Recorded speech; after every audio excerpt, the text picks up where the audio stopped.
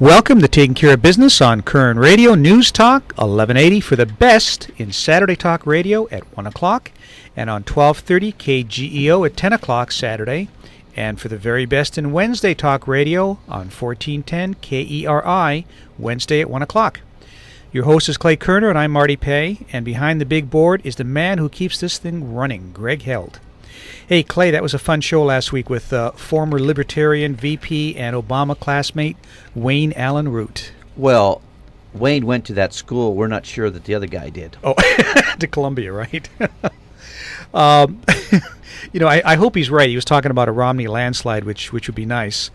And do you notice Wayne Root became a Republican again? Yeah, that was interesting, wasn't it? Well, it makes sense, and I like his logic. And for those of you out there thinking of voting third party, you ought to listen to his logic. The logic is the only way we're going to beat Obama is to make sure Romney gets in there as president. So, those of you thinking of wasting your vote, don't.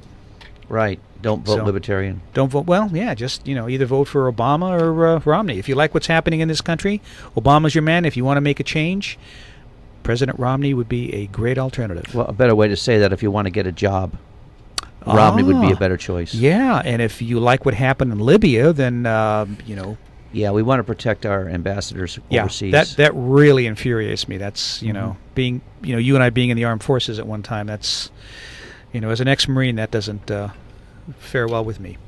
In the second half, we had Richard Holcraft and Tom Povich from the Election Integrity Project. That's very important work they're doing, trying to keep the elections honest. It's too bad they don't have that same program in Chicago. Or in Philadelphia. Yeah. Yeah, the Black Panthers had a field day in the last election. Or even Florida in some places. Well, in Chicago, the great thing is you can vote early and vote often. Even the dead vote in Chicago. Yeah, that's true. If you want to get involved in the poll watch in this election, the number to call to get a hold of Richard is 735-7792. And before we introduce our guest for the hour, I want to make a little comment about something that Clay and I did earlier in the week.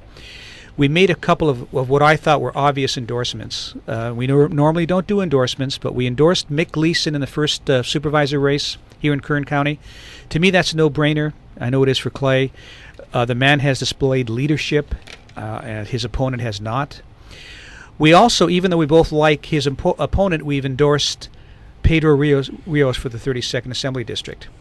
One comment about that endorsement, Rudy Salas and a local union have been running what we consider misleading ads about Pedro Rios and something that happened to him as a young man. I confronted Rudy on the air, telling him I thought it was dirty politics, and he disagreed, and of course he's entitled to his opinion. So we've decided to publicly endorse Pedro Rios. Good job, Marty. How about that, huh? Yeah. You like that? Did I do that okay? I like Rudy, but I have to go with Pedro. Yeah, I mean, I like Rudy as a person. He's come on the show a couple times, but young, inexperienced, well, but a and nice guy. Yeah, nice guy, but I think he's being controlled a little bit more by Sacramento than he should at this stage. A guy of the named game. Perez up in Sacramento is controlling him. Yes, most definitely. When he sends down his campaign manager to run your campaign, who's a union representative, you know who's controlling Rudy Salas and how he's going to vote. And he was a little unhappy with some of the questions we were asking Rudy. I don't blame him. No, I would be too if I were him. But I appreciate Rudy coming on. I'll give him credit for that. He's a good guy. Yeah. Just not my candidate. No, definitely not mine. We are endorsing publicly Pedro Rios and Mick Gleason. With that said, let's welcome our guest for the hour to talk about the propositions, Cathy Abernathy. Cathy, welcome back to Taking Care of Business. Thank you. I'm glad to be here. Busy time. Yes, it is a busy time. You're a busy lady right now. Well, we are. There's a lot going on, and right here in Kern County, you just talked about two really, really important races, and we can go into that if there's time. Two, as well as the national presidential race. This week was another debate. We have one more coming up. So there's no end of political talk going on everywhere I go, and of course I love it, but I'm glad to see the rest of the voters and adults around the community paying attention. A lot of the kids are too. I've got an 11-year-old and her friends that are 12, 13, 14. They're all into this. So yeah, isn't that great? Yeah. Yeah. What do you? Well, let's talk a little bit about national politics. What do you think about the debate the other night? Well, people want to judge a debate sometimes on the physical, the strategy, the typical debate tactics. I took debate in high school and college. I was a speech major. I know all the tactics, and this time Obama employed them all. Mostly what he employed was basically calling Mitt Romney a liar. He said that over and over. If he didn't use the word liar, he said, that's not true. That's not true. That's not true. And he never, though, came back with how it wasn't true. Romney did a fine job. I have to remind people, compare it to other debates we have watched, particularly as Republicans over the years. Our candidate has never been strong in a debate, even when they won the election. But this time we had a candidate who's very strong. When you're standing up there next to the man who is President of the United States of America, no matter what he's done, he's got a stature that you have to try to equalize. I think anyone would say watching that show that both Mitt Romney is up to the job as well as the person standing there who has the job. But what I really think is important to see is the dancing around Libya. And it's not so much that it's Libya and one ambassador, although how often do we have ambassadors murdered in this world? But it was so important that Romney bring up a couple things that he did get across. Number one, the president got on a plane and flew to Las Vegas for a fundraiser within 24 hours of that. That is a international calamity. That was on the eve of the anniversary. It was the anniversary of 9/11, and he still keeps his political campaign schedule. And I'm not saying this like he wouldn't have gotten all the money anyways. He would have. So I'm not saying, well, that was a way to keep him from getting the campaign money. You stay home when you have that kind of a job. All kinds of incumbent politicians have to change. But he didn't, and it says something because why he didn't. Don't think it wouldn't have made sense, and he knows it made sense to have stayed. The agenda that we all see here is to hide any feeling by the American voters that there's a problem with terrorism, that Obama hasn't cured it. That's why he had to go to Las Vegas, because if he didn't, he's admitting we're in a crisis. And I think that is so significant that a sitting president would play that kind of a game with an international crisis. Mm-hmm. Our in-studio guest, the consultant's consultant, Cathy Abernathy. Cathy, I was really impressed with Romney's 5-point plan last night. He started out, he talked about expanding energy and getting control of that and using the pipeline and having drilling everywhere. Then he went into the trade control and how he's going to get that under control. Then he talked a little bit about China money policies and how they lower the value of their yen so that our money has less value and they can sell their products better here. And then he talked about balancing the budget, which is something we haven't had. And lastly, he went in and talked about small businesses and how he's going to help them. These are all the things that Obama has failed to do.